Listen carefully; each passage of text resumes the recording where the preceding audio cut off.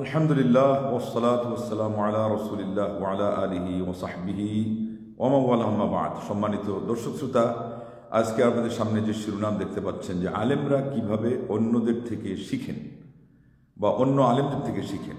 কখনো কখনো যারা ওই মানের না, তাদের আকীদা বিশ্বাস, তাদের পদ্ধতি ওই রকম না, তাদের কাছ থেকেও শিখেন। প্রথমে বরং আমি সেটা দিয়ে শুরু করব এবং এটার উপলক্ষ হচ্ছে আজকে মিশরের বড় মুহাদ্দিস, এমনকি সারা মুসলিম বিশ্বের বিচারেও একজন বড় থেকে বড় মুহাদ্দিস, এবং আজকের আলোচনায় আপনারা বুঝতে পারবেন যে হাদিসের কি পরিমাণ তিনি ভক্ত ছিলেন এবং হাদিসকে তিনি কিভাবে মনে প্রাণে ভালোবাসতেন। আল্লাহ নবী সাল্লাল্লাহু আলাইহি ওয়াসাল্লামের হাদিসকে তিনি কতটুকু গুরুত্ব দিতেন, আর যার ভিত্তিতে আল্লাহ পাক তার মান কোথায় উঠিয়েছেন, আমরা এটাই ফোকাস করার প্রয়াস খুঁজব, চেষ্টা করবো। আমা তৌফিকি ইল্লা বিল্লাহ আলাইহি তাওয়াক্কালতু ওয়া ইলাইহি উনীব। প্রথমে ইমাম শাফিঈ রাহিমাহুল্লাহ একটা কথা দিয়ে শুরু করব। তিনি বলেছিলেন যে তিনি তার যুগ পর্যন্ত সুফি মতবাদ অনেকটাই প্রচার লাভ করেছিল। তখন তিনি বলেছিলেন যে এদের সাথেও আমার কিছু সময় পাস করা হয়েছে অভিজ্ঞতার জন্য, যেহেতু সুন্দর কথা বলে, আমলের বিষয় বলে। আর যত বড় আলেম তারা কিন্তু ওই অন্তর নরম করার মতো কথা, আল্লাহর দিকে ধাবিত করার কথা, পরকালমুখী হওয়ার, এগুলো তারা পছন্দ করতেন। কিছু সময় তিনি ওদের সাথে অতিবাহিত করেছেন, করে তিনি বলেছেন যে এদের কাছ থেকে মাত্র দুইটা জিনিস আমি পাইছি। এরপরে উনি কেটে পড়েছেন, বলছেন যে ফালাম আনতাফি মিনহুম ইল্লা জুমলাতাইন সাহিবতু সুফিয়া বলে বলছেন যে আমি সুফিদের সংস্রব কিছু সমকাল নিয়েছি। এরপরে বললেন যে তাদের থেকে মাত্র দুইটি বাক্য ছাড়া আমি আর কোনো উপকার পাই নাই।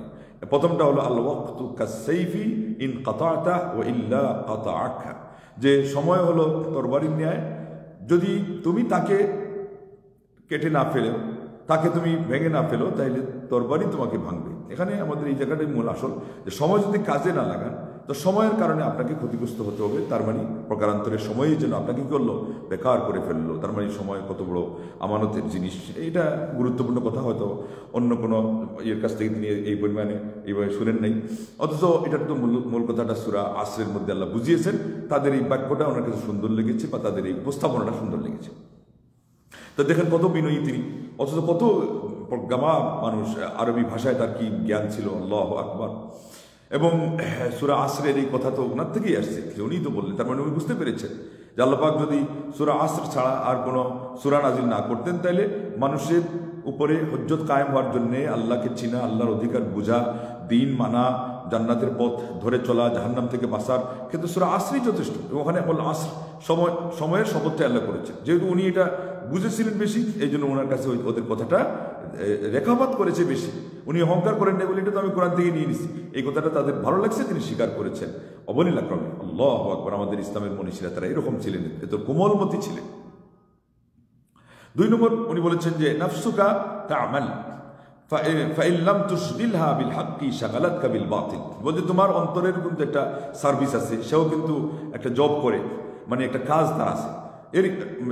এরই মানে হলো তুমি যদি তার ওই কাজটা নিজেই না দিয়ে দাও, তাকে দিয়ে তুমি কাজটা নাও, তাকে নিয়োজিত না করো কিসের মধ্যে, হকের উপরে এবং ভালো কাজে, তাইলে সে কিন্তু তোমাকে ব্যস্ত রেখে দিবে বাতিল এবং খারাপ কাজে। আল্লাহু আকবার। এটা সুন্দর লাগছে তার কাছে, এবং উনি এটা উল্লেখ করেছেন অকপটে রাহিমাহুল্লাহ।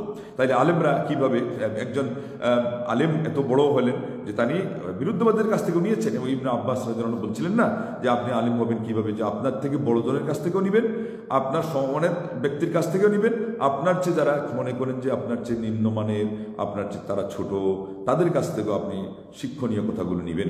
এটা হলো আমাদের মনীষীদের নীতি এবং তাদের চরিত্র। এখন আমরা চলে আসি মূল কথার দিকে, এবং এটা উদাহরণ হলো যে আপনি যদি কোরআনে ব্যস্ত না থাকেন তো গানের মধ্যে ব্যস্ত করে ফেলবে। আপনার নফসের মধ্যে একটা শয়তানি আছে না, আপনি যদি সততার মধ্যে ব্যস্ত না করেন, সে আপনাকে মিথ্যা ট্রেনিং এর মধ্যে কি করবে, আপনাকে লাগিয়ে দিবে। এবং এখানে একটা নীতি আছে, সালভে সালেহিনরাও বলছিলেন যে অন্যদের কাছ থেকে শিক্ষা নেওয়ার।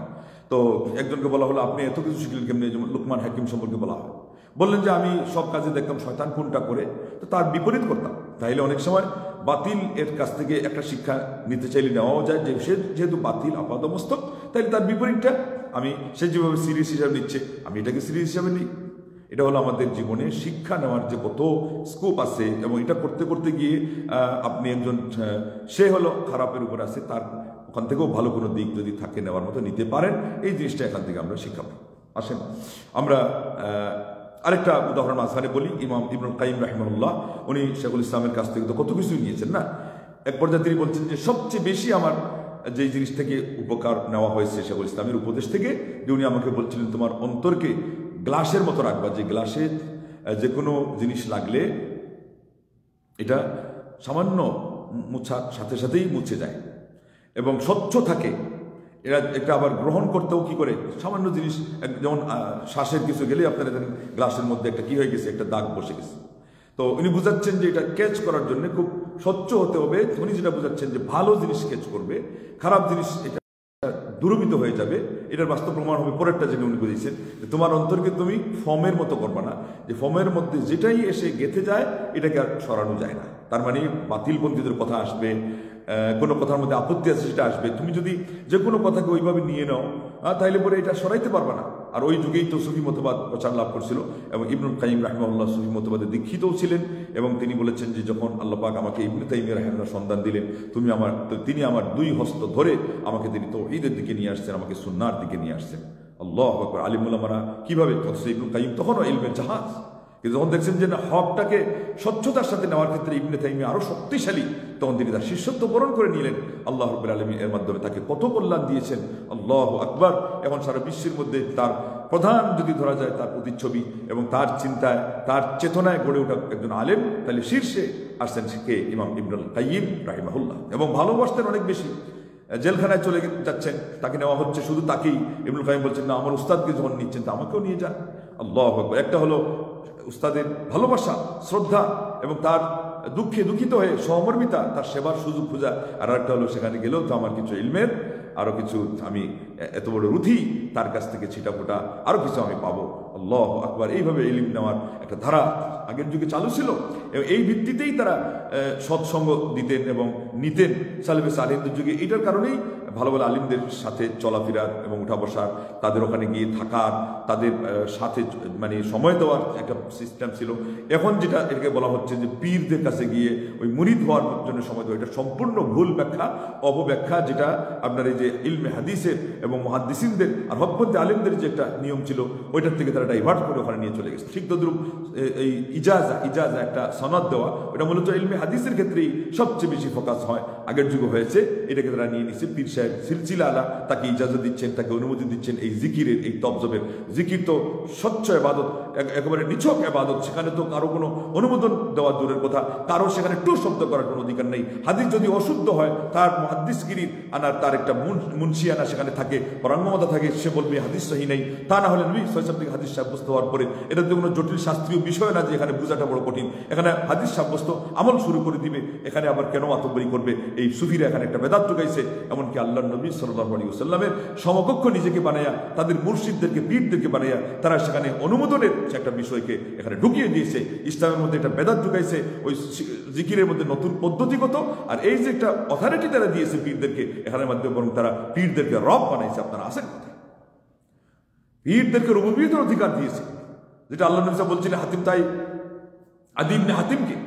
ওই আয়াতের ছানে নুজুলে যখন তিনি বলছিলেন যে এরা তো তাদের যাজককে এবং তাদের যেই গুরু চার্চের মধ্যে যেই সমস্ত পাদ্রী আছে এদেরকে রব বানায় নাই। আল্লাহ বলেন ইত্তাখাযু আহবারহুম ওয়া রুহবানাহুম আরবাবা মিন দুনিল্লাহ, তারা তাদের যাজক এবং পাদ্রীদেরকে আল্লাহর পরিবর্তে রব বানিয়েছে। উনি বলেন আমি তো এটা দেখি নাই, তারা তো রব আল্লাহকেই মানত।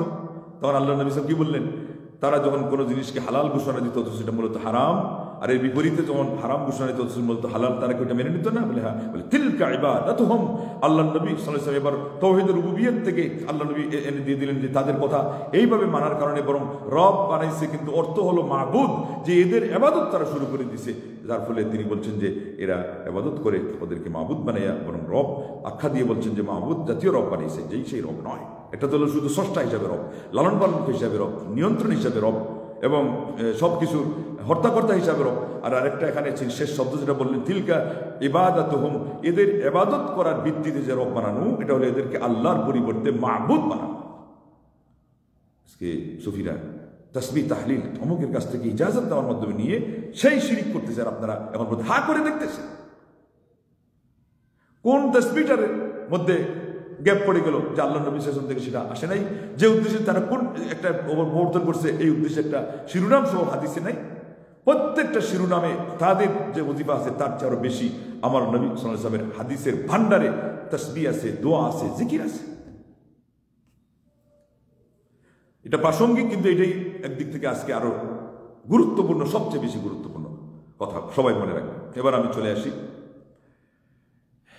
আবু ইসহাক আল হুয়াইনি রাহিমাহুল্লাহ এর কাছে। আল্লাহু আকবার। আলিমদের কাছ থেকে তারা কিভাবে নিতেন। ইমাম বুখারী রাহিমাহুল্লাহর জীবনীতে তিনি যখন প্রথম পড়লেন, ইমাম বুখারী রাহিমাহুল্লাহ কেনা বেচার কাজ করতেন না, সরাসরি এই কাজে তিনি ইনভলভ হতেন না। কেন? যে হতে পারে তাকে আমি অবিচার করবো, ওই যে দাম দর বেশি করা, দর কষাকষি, আসলে যেটা মরুদের খেলা। মুহাদ্দিসিনদের যে চরিত্র, ওই চরিত্রের সাথে এটা মূলত যায়ই না। আর এখন বাস্তবে আমরা দেখলাম মুহাদ্দিসদের সেরা ইমাম বুখারী রাহিমাহুল্লাহ, তিনি ক্রয় বিক্রয় করতেন না। ব্যাখ্যাতে আসছে যে হতে পারে আমি ওই দামাদামি করতে করতে তাকে একটু বিপাকে ফেলে দিয়ে তাকে ঠকের বাগে ফেলে দিব। আর বেশিরভাগ ক্রেতারা তো এটাই করে না, দাম কষাইতে তাদেরকে ঠকে ফেলে, এর ফলেই তো ওরা শেষ পর্যন্ত ওই ওজনে কম দেওয়া, বুকিঝুঁকি করা, এগুলোর আশ্রয় নেয় অনেক সময়। আর অনেক সময় নেয় তাদের নিজস্ব সেই অসততার কারণে। একটা হলো এটা। আরেকটা হলো দাম করতে গেলে অনেক মানুষ আছে বেশি সরল, কথা বলতে জানে না, এই ভাও এগুলো করতে পারে না, তো বলছে যে নিজেই শেষে ক্ষতিগ্রস্ত হয়ে যাবো, আমাকে ঠকবে, আর এরপরে আমি নিজে অনুশোচনা করব, নিজের অন্তরের আক্ষেপ আসবে, মন দুর্বল হয়ে যাবে, একটা আক্ষেপের কাজ করবে। এটার কারণে কিন্তু একটা মানুষের মধ্যে একটা দুশ্চিন্তা ঢুকে। তো বলছেন যে এই ঝামেলা থেকে মুক্ত হওয়ার জন্য ইমাম বুখারী রাহিমাহুল্লাহ ক্রয় বিক্রয় করতেন না। শুনবেন আবু ইসহাক আল হুয়াইনি রাহিমাহুল্লাহর অবস্থা বলছেন, যেই দিন থেকে এই ঘটনা পড়ছি, ইমাম বলতে পারেন মুহাদ্দিস হিসাবে কত বড় মুহাদ্দিস, আবু ইসহাক আল হুয়াইনি রাহিমাহুল্লাহ বলছেন, আমি ক্রয় বিক্রয়ে আর যাই নেই, কোনো কিছু কিনতে গেলে কাউকে দিয়ে আমি কিনে নিতাম। আর ব্যবসা তো সাধারণত ওনার ছিল না। আল্লাহু আকবার, আল্লাহু আকবার। আলেমদেরকে আল্লাহ ইলম এমনি দেন, আলেমদের ইলমে আল্লাহ বারাকা এমনি দেন। এরপরে শুনেন এবার ইমাম আলবানী রাহিমাহুল্লাহর সাথে তিনি যখন পরিচিত হলেন, তার সাথে তিনি উঠা বসা করলেন, তখন তিনি বলতেছেন, তাই আরেকটা জিনিস আমরা পাচ্ছি তথ্য, যে উনি এরও আগে হাদিস গবেষণা করতেন। আর মিশরে যেহেতু ইমাম আলবানী রাহিমাহুল্লাহর থেকেও সিনিয়র আহমদ শাকির রাহিমাহুল্লাহ এই কাজ কিন্তু আগেই ধরেছেন, যেমন মুআল্লিমি আরেকজন ইয়ামানে ধরেছেন, তিনি হয়তো ইমাম আলবানী রাহিমাহুল্লাহ সমকালীন বা ওই একটু সিনিয়র হওয়ারই কথা। আল্লাহু আকবার। তো এই মুআল্লিমি সম্পর্কে ইমাম হুয়াইনির কথা হলো যে এত পরাঙ্গম, এত শক্ত, এত দৃঢ় ইলমে হাদিসের মধ্যে পরিপক্ক, যে বলছেন যে তিনি মানুষের কাছে পরিচিতি এটাকে তিনি পছন্দ করতেন না, কিন্তু তিনি ছিলেন রাজুল মাকতাবাহ, লাইব্রেরিয়ান, তার মানে সদা সর্বদা কিতাব নিয়ে পড়ে থাকতেন। আল্লাহু আকবার। আলেমরা আলেমকে চিনে, জহরি জহুর চিনে, বাসুর চিনে গাই, স্বর্ণকারের স্বর্ণ চিনে, কামার চিনে ছাই। এর জন্য আলিমদের কাছ থেকে ইলম শিখার চেষ্টা করেন, আলিমদের কাছ থেকে আলিমদের সম্পর্কে মন্তব্য শোনার চেষ্টা করেন, কিছু পাবেন। তো আবু ইসহাক আল হুয়াইনি বলতেছেন, মাশহুর হাসান হাফিজাউল্লাহকে, উনি এখনো বেঁচে আছেন, ইনি সিরিয়ারি এবং আলবানী রাহিমাহুল্লাহর অন্যতম ছাত্রদের মধ্যে উনিও একজন, এবং উনি বেশি সময় পেয়েছেন তার সাথে সময় দেওয়া। তাকে তিনি বলছেন আবু ইসহাক আল হুয়াইনি যে ভাই, আমি ইমাম আলবানী রাহিমাহুল্লাহর সাথে উঠা বসার আগে হাদিসকে একটা ওই যে শাস্ত্র হিসাবে নিতাম। আরবিতে উনি বলছেন সানআহ, একটা শাস্ত্র, হাদিসের যে গবেষণা, রিজাল শাস্ত্র জানা, হাদিস সহিহ যঈফ সম্পর্কে রোমন্থন করা, তারপর তাখরিজ সহ বিভিন্ন পরিভাষা আছে, মানে এগুলো একটা সানা, এটা একটা ফান, বা আমরা বলতে পারি একটা বিদ্যা বা বিজ্ঞান শাস্ত্র। যখন আমি ইমাম আলবানী রাহিমাহুল্লাহর সাথে উঠা বসা করলাম, তখন আমি নিলাম সানআহ ওয়া দিয়ানাহ, বললেন এটা আমি একটা শাস্ত্র বা গবেষণার একটা বিষয় হিসাবেও নিলাম, এবং এটা আমার দিন হিসাবেও নিলাম। আল্লাহ, আলবানী রাহিমাহুল্লাহকে উনি দেখেছেন যে নবী সাল্লাল্লাহু আলাইহি ওয়াসাল্লাম হাদিসকে উনি কিভাবে দিন হিসাবে নিতেন। আল্লাহ আল্লাহ। এবং এরপরে আসতেছে ঘটনা, দিন হিসাবে উনি কিভাবে নিতেন, এটার কথা বলতে গিয়ে মাশহুর হাসান হাফিজাল্লাহ বলতেছেন যে ইমাম আলবানী রাহিমাহুল্লাহ নবী সাল্লাল্লাহু আলাইহি ওয়াসাল্লাম হাদিসকে কিভাবে তিনি দিন হিসাবে নিতেন, বলছেন তার কাছে যদি আল্লাহ নবী সাল্লাল্লাহু আলাইহি ওয়াসাল্লাম কোনো হাদিস সাব্যস্ত হয়ে যেত, আল্লাহু আকবার, আল্লাহু আকবার, হাদিস যদি সাব্যস্ত হয়ে যেত, লা ইয়াবা বিআহাদিন ফাকুল্লু উলামাইল উম্মতি ফি ওয়াদিন ওয়াল আলবানী মা হাদিসিন নবী সাল্লাল্লাহু আলাইহি ওয়াসাল্লাম ফি ওয়াদিন আখার। সারা পৃথিবীর আলিম উলামা যদি এক প্রান্তে থাকে, এক উপত্যকায় থাকে আর হাদিস সাব্যস্ত হয়ে যায়, তো ইমাম আলবানী নবী সাল্লাল্লাহু আলাইহি ওয়াসাল্লামের হাদিসের সাথে তিনি একা আলাদা হয়ে আরেকটা উপত্যকায় তিনি অবস্থান করেন। এত শক্ত ভূমিকা নবী সাল্লাল্লাহু আলাইহি ওয়াসাল্লামের হাদিসের, এত ভক্তি। এবং এই প্রসঙ্গেই মাসুর হাসান হাফিজুল্লাহকে প্রশ্ন করছে যে আপনি আমাকে বলবেন কি আমাদেরকে যে ইমাম আলবানী রাহিমাহুল্লাহ এত গ্রহণযোগ্যতা আল্লাহ কিভাবে দিলেন? তো মাসুর হাসান হাফিজাহুল্লাহ এই কারণটাই তিনি উল্লেখ করেছিলেন যে এই হাদিসের সাথে কোনো কম্প্রোমাইজ তিনি করতেন না। সারা পৃথিবী, সারা দুনিয়া একদিকে আর হাদিস একদিকে। এটাই বলে শেষ করে দেব যে আবু ইসহাক আল হুয়াইনি রাহিমাহুল্লাহর আল্লাহ নবী সাল্লাল্লাহু আলাইহি ওয়াসাল্লামের হাদিসের ভক্তির সাথে একটা স্মৃতি জড়িত রেখে তিনি দুনিয়া থেকে বিদায় নিয়েছেন। তিনি বলেছেন যে ভাই মাসুর হাসান,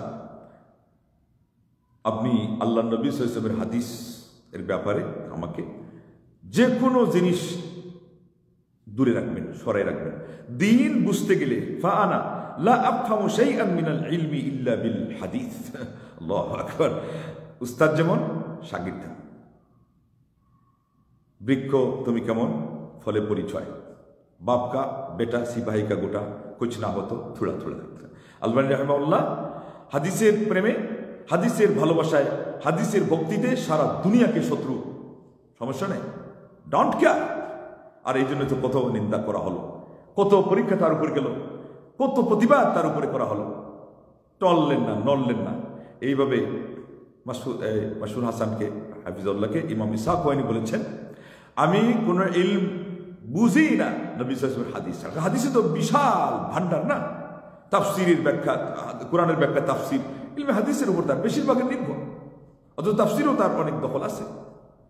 ইবনে কাসিরের একটা মুদ্রণ আছে যেখানে আবু ইসহাক আল হুয়াইনি রাহিমাহুল্লাহ এটার মধ্যে তাহকিক করেছেন।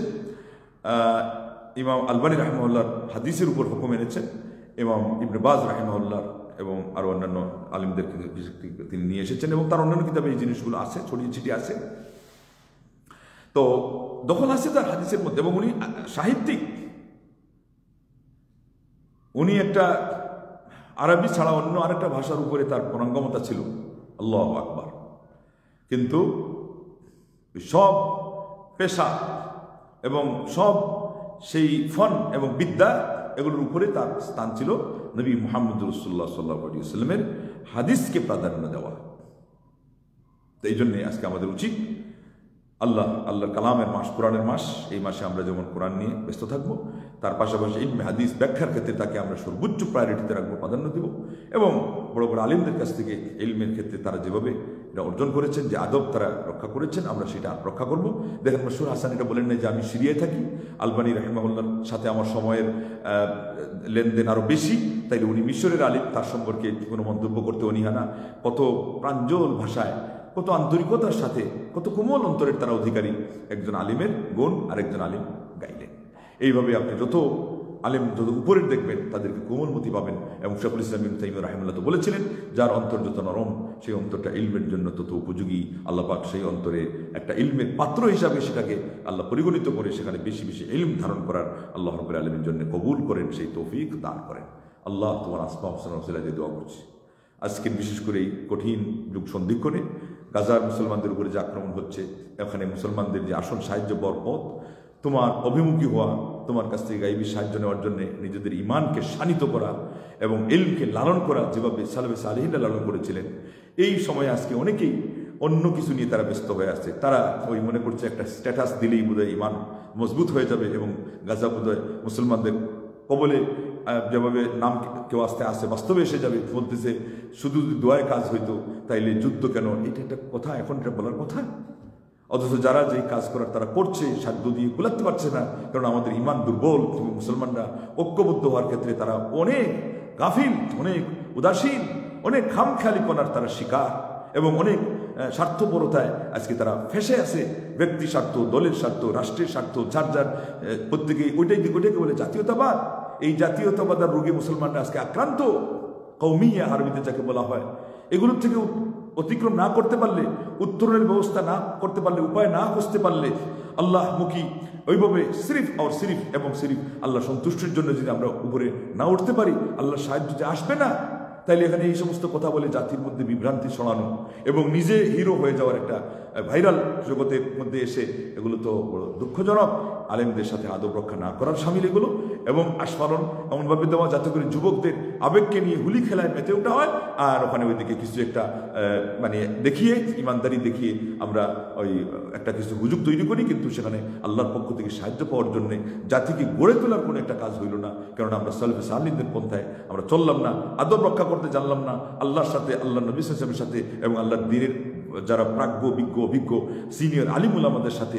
এই কাজের মধ্যে কোনো বারাকা হবে না, ওই নিজের প্রসিদ্ধি হবে, নামযশ হবে, প্রতিষ্ঠানগুলো রমরমা হবে, আমার অনুষ্ঠান একেবারে যাকে বলে আলোকসজ্জায় সজ্জিত হবে, আমার নামে অনেক কিছু বোম্বাস্টিক কিছু উপাধি আসবে, আমি এই হয়ে গেছি ওই হয়ে গেছি, কিন্তু ইসলামের কোনো কিছুই হবে না। আজকে এটাই হচ্ছে, ইসলামের ক্ষতি করে ফেলতেছে ব্যক্তি বিশেষে তাদের ভাইরাল হওয়ার নেশায়।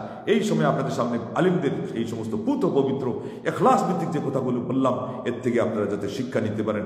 এই আলেম তার উরু পর্যন্ত কেটে দেওয়া হয়েছে, এমন একটা রূপ হয়েছিল, কোনোদিন শব্দ তার কাছ থেকে কেউ শুনে নাই। তার মৃত্যুর আগের হাসি দেখবেন ওই মৌলানা সাইদি রাহিমাহুল্লাহর হাসির মতো করে আল্লাহু আকবার নিষ্কলুষ হাসি, এটা দিয়ে তিনি দুনিয়া থেকে বিদায় নিয়েছেন। এমনকি তার শেষ ভাষণের মধ্যে তিনি এটাই বলেছেন যে একাকিত্ব এটা কঠিন একটা ফিতনা। অন্যরা বলেছেন তার শরীরে বিপদ আসছে, তার মান সম্মানের উপরে আঘাত আসছে, তার অপমান করে, তারকে মানহানি করে অনেক অপমানগ্রস্ত করতে চেয়েছেন, আরো অনেক কিছুতে তার অপমান দেওয়া হয়েছে। এক কথা এটাও দেখলাম, সেটা যে তিনি নাকি ইরান থেকেও পয়সা পান। উনি বলছিলেন এটা কেন বলতেছে, আবার আমি তো সৌদি থেকে পয়সা পাই, এটা রসিকতা কেন বলছেন? তো তিনি সৌদি থেকেও কোনো পয়সা পান না, ইরান থেকে তো পাওয়ার কোনো প্রশ্নই আসে না। ওদের এবং ইসলাম বিরোধী শক্তির মোকাবেলা করতে গিয়ে 6 বছর যাবৎ ওনার ছেলে জেলে কোনোদিন টু শব্দ পর্যন্ত করেন নাই। তার জানাজার প্রসঙ্গে যখন এই কথাটা উঠছে, তখন মানুষ জানছে যে আল্লাহু আকবার, শেখকে আল্লাহ এত ধৈর্য দিয়েছেন। এরপরে তিনি ওই যে দেখবেন যে আপনার হুইল চেয়ারে করে জামাত সহকারে সালাত আদায় করার জন্য যাচ্ছেন একেবারে অন্তিম মুহূর্তে, শেষ সময়ে। এগুলো হলো আলিমে বা আমল, এরা হলো চরিত্রবান আমল, এদের হলো ওয়াইট এবং ওজন। এই সমস্ত আলেমরা আজকে চলে যাওয়ার কারণেই মাউতুল আলিমি মাউতুল আলম, আজকে সারা বিশ্ব যেন আজকে নিস্তব্ধ হয়ে গেছে, সারা বিশ্ব যেন আজকে নিঃস্ব হয়ে গেছে। এবং মৃত্যুটা কোন দিন আসছে? বদর যুদ্ধের পরের দিন। আর যখন ওনার মৃত্যু, ওই সময় আবার গাজাতে হামলা। আল্লাহ রাব্বুল আলামিন ইঙ্গিতে অনেক কিছু বুঝাইতে চান। আমরা যদি এটা বুঝতে চাই, তাহলে এখান থেকেও শিক্ষণীয় আমরা জিনিস নিতে পারি যে বড় বড় আলিমরাই হলো জাতির গার্ডিয়ান।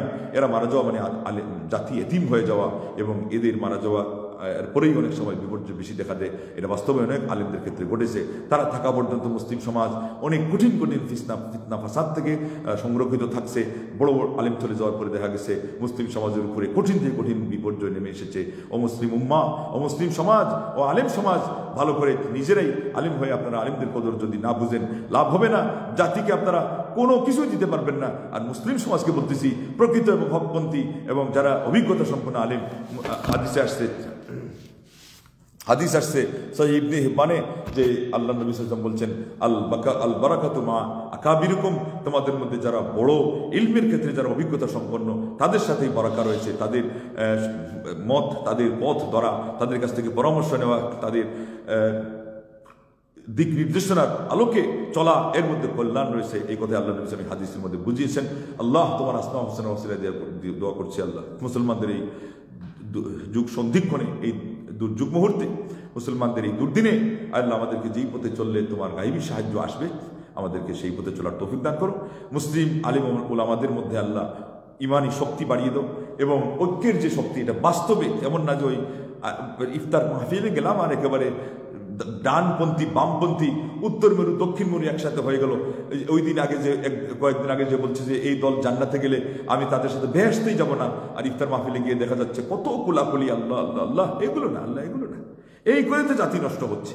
আর কত মহব্বত, এগুলো ইস্যু ভিত্তিক ঐক্য, এই দল সেই দলের কাছে চলে গেছে, সেই দল এই দলের কাছে চলে গেছে, আর ঘোষণা দেওয়া হচ্ছে অন্যরাও এসে যাবে। কোথা থেকে এগুলো আস্ফালন দেখতেছ? বাস্তবে যে ইঁদুরগুলো আছে মাটির নিচে, এগুলো তুমি তুলছো না, এখানে শুধু লেবেল দিচ্ছ। ওই ইঁদুর মাটির নিচে রেখে লেবেল দেওয়ার ইস্যু ভিত্তিক ঐক্য, এটা করো না। এগুলো ধোঁকাবাজি, প্রতারণা। প্রকৃতপক্ষে আকিদাকে কাছাকাছি আনো, আকিদাকে শুদ্ধ করো, বিশুদ্ধ আকিদার মধ্যে সবাই এসে একমত হও, এই প্ল্যাটফর্মে অন্তত একমত হও। এছাড়া তো তুমি নাজাতপ্রাপ্ত দলই হইতে পারলে না। আকিদার ভিত্তিক মুসলমানরা 12 দলে 72 দলে বিভক্ত হয়েছে, গুমরাহ যারা এবং জাহান্নামে যারা যাবে। এবং ওই যে এক দলটা আছে আল্লাহ নবী সাল্লাল্লাহু আলাইহি ওয়াসাল্লাম যুগের আকীদা নিয়ে, কেবল ওরাই হকপন্থী আছে।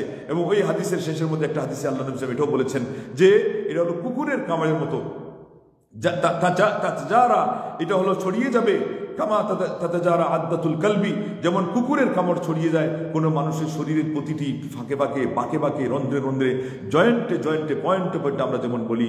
এই জন্য কুকুরের কামড় হলো বেদাত।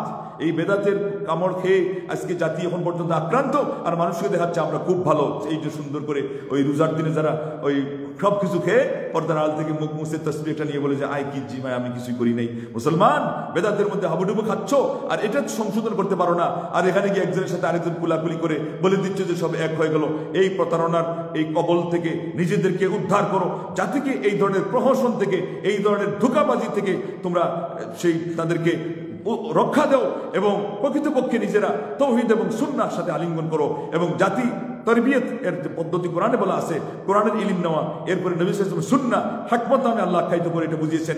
আর হিকমত যদি বলতে হয়, নবী সাল্লাল্লাহু আলাইহি ওয়াসাল্লাম সুন্নাহই হলো হিকমত, সুন্নাহর উপর আমল করাই হলো হিকমত, সুন্নাহকে প্রায়োরিটিতে রাখাই হলো হিকমত। হিকমতের নাম দিয়ে সুন্নাহকে গোপন করা, হিকমতের নাম দিয়ে সুন্নাহর অপব্যাখ্যা করা, হিকমতের নাম দিয়ে সুন্নাহর উপরে নিজেদের সমাজে প্রচলিত মাযহাব এবং তরিকা এবং সেই সিলসিলাকে উপরে তোলা, পশ্চিমকালে আল্লাহ তোমাদের মাধ্যমে দিনকে সাহায্য করবেন না, তোমাদের হাতে আল্লাহ ক্ষমতা দিবেন না। যদি বাহ্যিকভাবে এটা দেখাও যায়, দেখাও যায় এটা নামকে আসতে হবে, এটা প্রকৃতপক্ষে ইসলামী শক্তি হবে না, হবে না। সেই জন্য আসুন নবী সাল্লাল্লাহু আলাইহি ওয়াসাল্লাম সুন্নাহকে প্রায়োরিটি দিয়ে সবাই আমরা ঐক্যবদ্ধ হই, অন্তরের দিক দিয়ে আমরা কাছাকাছি হওয়ার চেষ্টা করি, জাতির দরদ নিয়ে আমরা কথা বলি, আমরা কাজ করি। উম্মতে মুসলিমার এই অবস্থার উপরে আমরা অন্তত একটু করুণা দৃষ্টি দেই। আমাদের স্বার্থদ্বন্দ্ব, ব্যক্তি, পারিবারিক, এরপরে তরিকাগত, মাযহাবগত, স্কুল অফ থট এর দিক থেকে যেগুলো, ওগুলোকে পায়ের নিচে অন্তত দলিয়ে দিয়ে আজকে আমরা প্রকৃতপক্ষে আল্লাহর অধিকার, নবী সাল্লাল্লাহু আলাইহি ওয়াসাল্লামের অধিকারকে শিরোধার্য হিসাবে মাথার উপরে করে ধারণ করি, এবং জাতিকে আমরা এটা শিখাই। প্রত্যেক ঘরানার মুসলমানরা এই সেই চিন্তা নিয়ে আমরা ঐক্যবদ্ধ হওয়ার চেষ্টা করি। তাইলে আমাদের যে দুই শক্তি, একটা হলো ইমানি শক্তি আর একটা হলো ঐক্যের শক্তি, এটা কার্যকর ভূমিকা রাখবে। আল্লাহ রাব্বুল আলামিনের পক্ষ থেকে সাহায্য আসবেই আসবে, কারণ তিনি বলেছেন আলা ইন্না নাসরাল্লাহি কারীব। সারা পৃথিবীর মুসলমানরা জেনে রাখো, অবশ্যই আল্লাহর পক্ষ থেকে তোমাদের জন্য সাহায্য। আর নাসরের আরেকটা অর্থ কিন্তু বিজয়, এটা অতি নিকটে। আল্লাহ তুমি আমাদেরকে সেই সাহায্য পাওয়ার তৌফিক দাও, এবং তোমার বিজয় দিয়ে আমাদেরকে ধন্য করো। মুসলিম উম্মার উপরে তাদের স্কন্ধে যে ঘানি, সকল কুফুরির সমাজরা একমত হয়ে তারা চাপাচ্ছে, আল্লাহ তুমি একটু দেখাই দাও তোমার ক্ষমতাকে, এবং মুসলমানদের এই যে তাদের প্রতি যে তোমার ভালোবাসা, এটারও তুমি প্রমাণ দিয়ে দাও, এবং গাজার মুসলমানদেরকে উদ্ধার করো। ইন্ডিয়াতে মুসলমানদের উপরে জুলুম হচ্ছে, এই হিন্দুদের, আল্লাহ হিন্দুত্ববাদের এই সমস্ত কালোবাজারি আর এই সমস্ত প্রতারণা আর তাদের এই জুলুম থেকেও আমাদের ভাইদেরকে রক্ষা করো। মুসলমানরা যে যেখানে নিরীহ আছে, মায়ের খাচ্ছে, আল্লাহ তুমি তাদেরকে হেফাজত করো, এবং বোখাটে যেই সমস্ত ইসলামের শত্রুরা আজকে মুসলমানদেরকে মার কাট করছে, আল্লাহ হেদায়েত তাদের নসিবে থাকলে ওদেরকে হেদায়েত করো, আল্লাহ তুমি ওদেরকে ধ্বংস করে দাও। আমিন। ওয়া আখিরু দাওয়ানা আনিল হামদুলিল্লাহি রাব্বিল আলামিন। আসসালামু আলাইকুম ওয়া রাহমাতুল্লাহি ওয়া বারাকাতুহু।